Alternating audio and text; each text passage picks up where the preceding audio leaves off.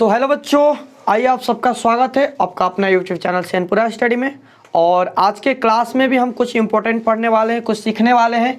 तो आज के क्लास में मैं आप लोगों को लेकर आया हूँ परिमेय 5, यानी कि परिमेय 6.5 एनसीईआरटी के हिसाब से है।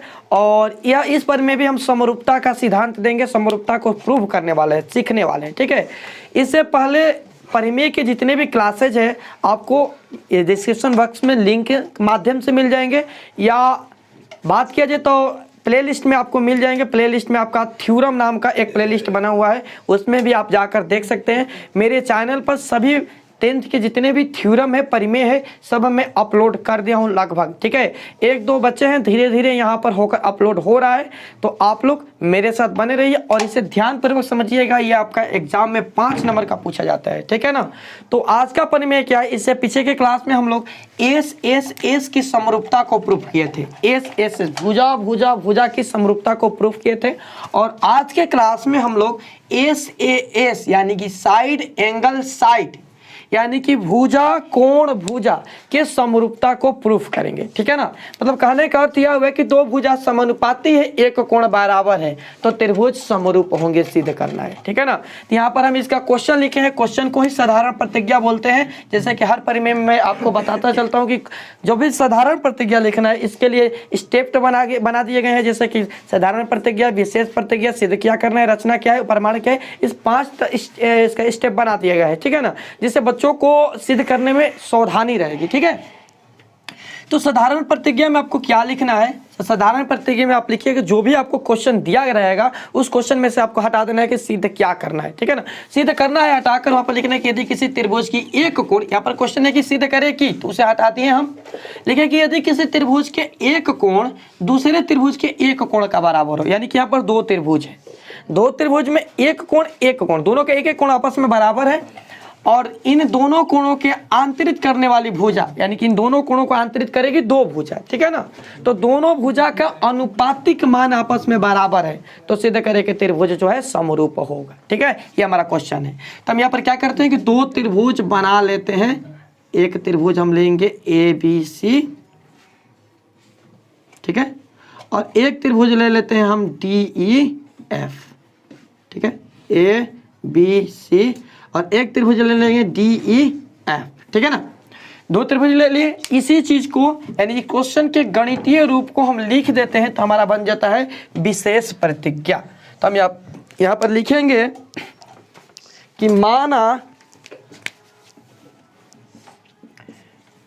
ABC, त्रिभुज ABC तथा त्रिभुज DEF में, त्रिभुज ABC तथा त्रिभुज DEF में, ठीक है ना, कह दिया है कि एक कोण बराबर है एक कोण के, यानी कोण A बराबर है कोण D के, कोण A बराबर है कोण D के, ये आपका प्रश्न में दे दिया गया है। ठीक है ना। और इस कोण के आंतरित करने वाली भुजा का अनुपातिक मान भी आपस में बराबर है, यानी कि AB बटा में DE बराबर है AC बटा में DF के, AB बटा में DE बराबर है AC बटा में DF के। ये आपको दे दिया गया है। ठीक है ना, इतना चीज आपको प्राप्त है प्रश्न से। तो सिद्ध क्या करना है, तो सिद्ध करना है कि त्रिभुज ABC समरूप होंगे त्रिभुज DEF के, समरूप होंगे। यानी कि समरूप मतलब क्या सिद्ध करेंगे हम लोग, यहाँ पर यदि ये तीनों कोण को इस तीनों कोण के बराबर कर दिए, काम हो गया समरूपता। अब इसी को करने के लिए हम यहाँ पर इस्तेमाल करेंगे। ठीक है ना, थोड़ा सा यहाँ पर रचना कर लेते हैं हम। रचना क्या करेंगे, ध्यान दीजिएगा। हम ऐसी रचना करते हैं यहाँ पर कि लेते हैं AB पर एक बिंदु लेते हैं M, ठीक है ना, एक बिंदु क्या लेते हैं M लेते हैं, और AC पर एक बिंदु लेते हैं N। इस प्रकार लेंगे, इसमें हम समानांतर नहीं लेंगे। ठीक है ना, इसमें हम क्या करेंगे, AB पर भुजा AB पर M और भुजा AC पर क्या लेंगे हम N। इस प्रकार लेंगे कि AM बराबर होगा किसके, D के, और AN बराबर होगा किसके, DF के। ठीक है ना, इसके बराबर लिए। तो यहाँ पर लिखेंगे त्रिभुज ABC के भुजा, यहाँ पर हम ABC में ABC त्रिभुज ABC बड़ा लिए हैं किससे, त्रिभुज DEF से। ठीक है ना, ये लिखने की आवश्यकता नहीं है। यहाँ पर त्रिभुज ABC की भुजा ए बी पर एम और ए सी पर एन इस प्रकार है कि ए बी बराबर एम बराबर होगा किसके, डी के, ठीक है, और ए सी बराबर होगा ए एन बराबर हो जाएगा एम बराबर डी, एन बराबर हो जाएगा डी एफ के, ठीक है ना, तथा एम को एन से मिला देंगे, एम को एन से मिला देंगे, ठीक है ना। मतलब इस प्रकार लिए कि एम बराबर डी, एन बराबर डी एफ और एम को एन से मिलाया गया, ठीक है। यहाँ तक हमारा काम हो गया, मतलब हम रचना कर ली, ठीक है। अब क्या होगा, यहाँ पर हम समानांतर नहीं लिए हैं, मतलब यहाँ पर थेल्स पर में हम नहीं यूज करने वाले हैं, ठीक है ना। तो ध्यान दीजिएगा, जब हम यहाँ पर लिए हैं कौन सा कि एम एन समानांतर नहीं लिए हैं बीसी के, यदि लिए होते तो ये संगत कोण भी बराबर होता, लेकिन नहीं लिए हैं तो संगत कोण बराबर नहीं होगा।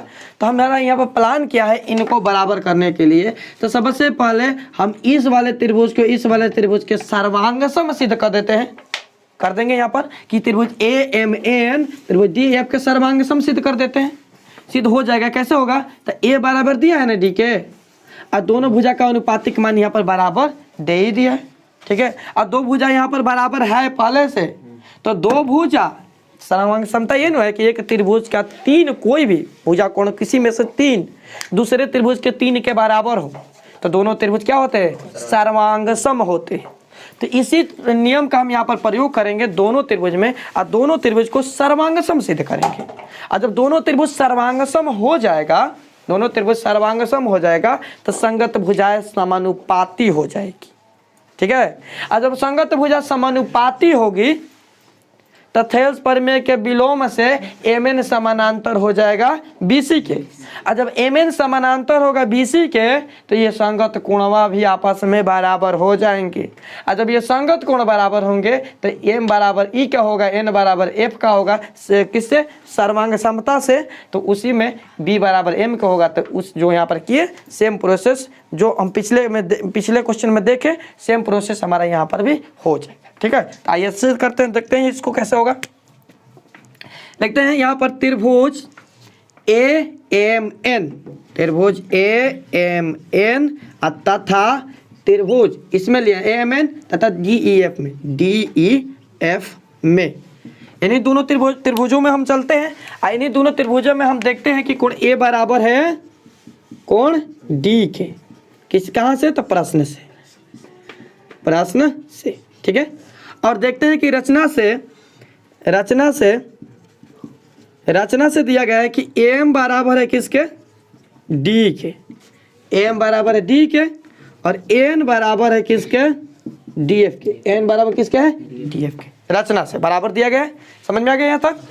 तो यहाँ पर दो भुजा आपस में बराबर है और एक कोण आपस में बराबर है, तो कौन सा नियम लग जाएगा, दो भुजा आपस में बराबर है और एक कोण आपस में बराबर है, तो दो भुजा के लिए एस एस और ए, तो एस ए एस से यहाँ पर हो जाएगा क्या, तो दो एक त्रिभुज की दो भुजा दूसरे त्रिभुज के दो भुजा के बराबर है। यहाँ पर देखिए इसको हम समरूपता सिद्ध कर रहे हैं, और ये यहाँ पर क्या है, सर्वांग समता है, ठीक है ना। इसलिए मैं किसी के बच्चे के माइंड में आ जाएगा कि भाई एस ए एस तो सिद्ध करना है, तो यहाँ पर कैसे ले लिए हम, तो यहाँ पर ध्यान दीजिएगा आप लोग, ये समरूपता के सिद्धांत सिद्ध करना है, और यहाँ पर जो है ये सर्वांग समता है, ठीक है। तो हो जाएगा यहाँ पर त्रिभुज ए एम एन सर्वांग सम हो जाएगा किसके, त्रिभुज डी ई एफ के, मतलब त्रिभुज ए एम एन सर्वांगसम हो गया त्रिभुज डी एफ के। जब त्रिभुज सर्वांगसम होगा तो उसके प्रत्येक कोण आपस में बराबर हो जाएंगे, प्रत्येक भुजा आपस में बराबर हो जाएगी। तो भुजा के तो कोई ज़रूरत ही नहीं है कि भुजा बराबर होगी कि नहीं, लेकिन प्रत्येक कोण आपस में बराबर हो जाएगी, ठीक है ना, प्रत्येक कोण आपस में बराबर हो जाएगी। तो हो जाएगा हमारे यहाँ पर, इसलिए सर्वांग समता से कोण ए बराबर हो जाएगा कोण डी के, ठीक है, कोण ए बराबर कोण डी के पहले से दिया है, और कोण एम बराबर हो जाएगा कोण ई के, कोण एम बराबर हो जाएगा किसके, कोण ई के, और कोण एन बराबर हो जाएगा कोण एफ के, आज समझ में, इसको हम ले लेते हैं समीकरण नंबर 2।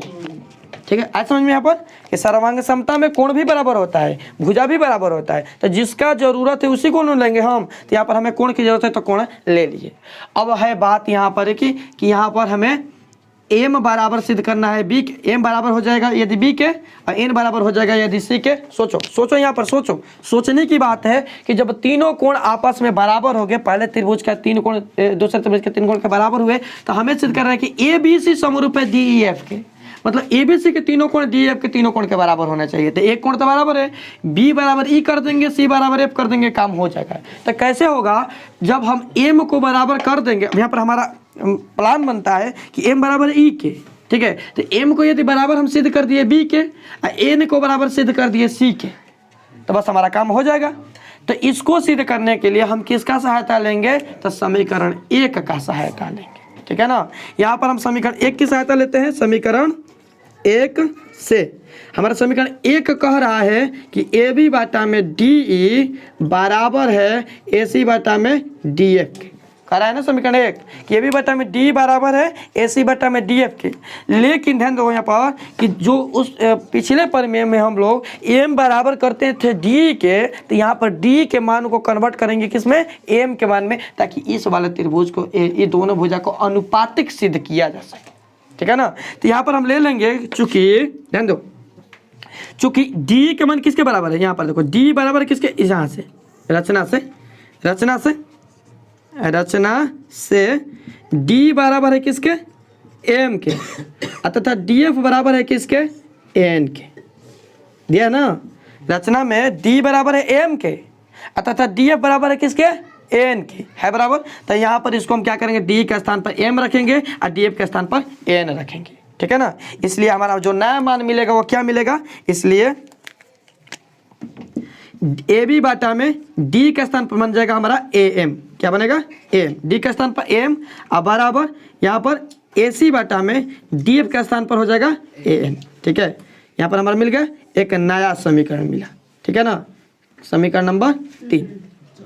अब देखो कि यहाँ पर जो ए बी बटा एम है ये क्या है, तो ए बी पूरा भुजा और बटा में एम ये छोटी वाली भुजा, ए बी पूरा भुजा और एम जो है छोटी वाली भुजा के अनुपात, ए सी पूरा भुजा और एन है जो छोटी भुजा के अनुपात के बराबर है। तो थेल्स प्रमेय के विलोम क्या है, थेल्स प्रमेय के विलोम कहता है कि यदि किसी त्रिभुज में दो भुजाओं के अनुपात आपस में बराबर हो तो उन अनुपात वाली भुजा को मिलाने वाली रेखा त्रिभुज के तीसरी भुजा के समानांतर होती है, थेल्स प्रमेय कहता है। तो यहाँ पर दोनों भुजा के अनुपात जो है आपस में बराबर है, तो यहाँ पर कौन सा लगेगा, थेल्स प्रमेय के विलोम लगेगा। हम यहाँ पर लिखेंगे, यहाँ से लिख रहे हैं, देखो यहाँ से यहाँ पर है। ठीक है, थेल्स प्रमेय के विलोम से, हाँ उसका बिगड़ा हुआ रूप है, थेल्स प्रमेय का विलोम से। भाई थेल्स प्रमेय का विलोम कहेगा कि एम एन जो है समानांतर हो जाएगा किसके, बी सी के। एम एन समानांतर किसके होगा, तो एम एन समानांतर हो जाएगा बी सी के। जब एम एन समानांतर बी सी के है, जब एम एन समानांतर सिद्ध कर दिए बी सी के, तो यहाँ पर ये संगत कोण आपस में बराबर होगा कि नहीं होगा, होगा ना। इसलिए कोण एम बराबर हो जाएगा कोण बी के, और कोण बी इधर से लिखते हैं, कोण बी बराबर हो जाएगा कोण एम के, और कोण सी बराबर हो जाएगा कोण एन के। समरूप है ना, समानांतर है, समानांतर है तो ये कोण भी आपस में बराबर है, किसके नियम से, संगत के नियम से। संगत कोण से, संगत कोण से कोण बी बराबर होगा कोण एम के और कोण सी बराबर हो जाएगा कोण एन के। हो गया। अब लेते हैं समीकरण नंबर 2। अरे समझ में हो गया, लगभग हो गया है। समीकरण नंबर 2 से, समीकरण 2 से हमारा समीकरण 2 कह रहा है कि कोण ए बराबर है कोण डी के। ठीक है, कोण ए बराबर है कोण डी के और कोण एम बराबर है कोण ई के।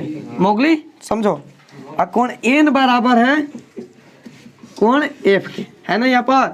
तो यहाँ पर चूंकि कोण एम का मान किसके बराबर है, बी के, तो यहाँ पर हम कन्वर्ट करेंगे, हमें एम का मान की जरूरत नहीं है, बी की मान की जरूरत है। तो हम यहाँ पर रखेंगे कोण ए बराबर कोण डी एम के स्थान पर रखेंगे, एम किसके बराबर है, बी के, तो कोण बी बराबर कोण ई। और कोण सी के एन की जरूरत नहीं है हमें, तो एन को हटाकर रखेंगे क्या, सी, तो कोण सी बराबर कोण एफ। यानी त्रिभुज ए बी सी के 3 कोण त्रिभुज डी एफ के 3 कोण के बराबर हो गए, तो हम कहेंगे, ये तो नियम है कि एक त्रिभुज का 3 कोण दूसरे त्रिभुज के 3 कोण के बराबर हो जाए तो दोनों त्रिभुज समरूप होते हैं। तो इसलिए हम कहेंगे कि इसलिए त्रिभुज ए बी सी समरूप होंगे त्रिभुज डी ई एफ। आया समझ में, यहाँ पर हो गया साध्य उपपन्न। आया समझ में। तो इस वाले प्रमेय, ये प्रमेय 4 के अपेक्षा छोटा था, तो ये वाला भी प्रमेय हम लोग सिद्ध कर लिए हैं। तो आप लोग इसका स्क्रीनशॉट लीजिए और इसको 2-3 बार कम से कम रिवाइज करिएगा ताकि ये आपका बन जाए, ठीक है ना। तो चलिए, मैं आशा करता हूँ कि आप लोग को अच्छे से समझ में आया होगा। तो मिलते हैं हम लोग किसमें, तो नेक्स्ट क्लास में हम लोग मिलते हैं, और नेक्स्ट प्रमेय के साथ या अदर क्लास के साथ में। तब तक आप लोग मेरे चैनल के साथ बने रहिए। मोबाइलिया के बारे में लाइक करें, शेयर करें, सब्सक्राइब करें और बेल आइकन प्रेस करें, घंटा टिपिया लोग।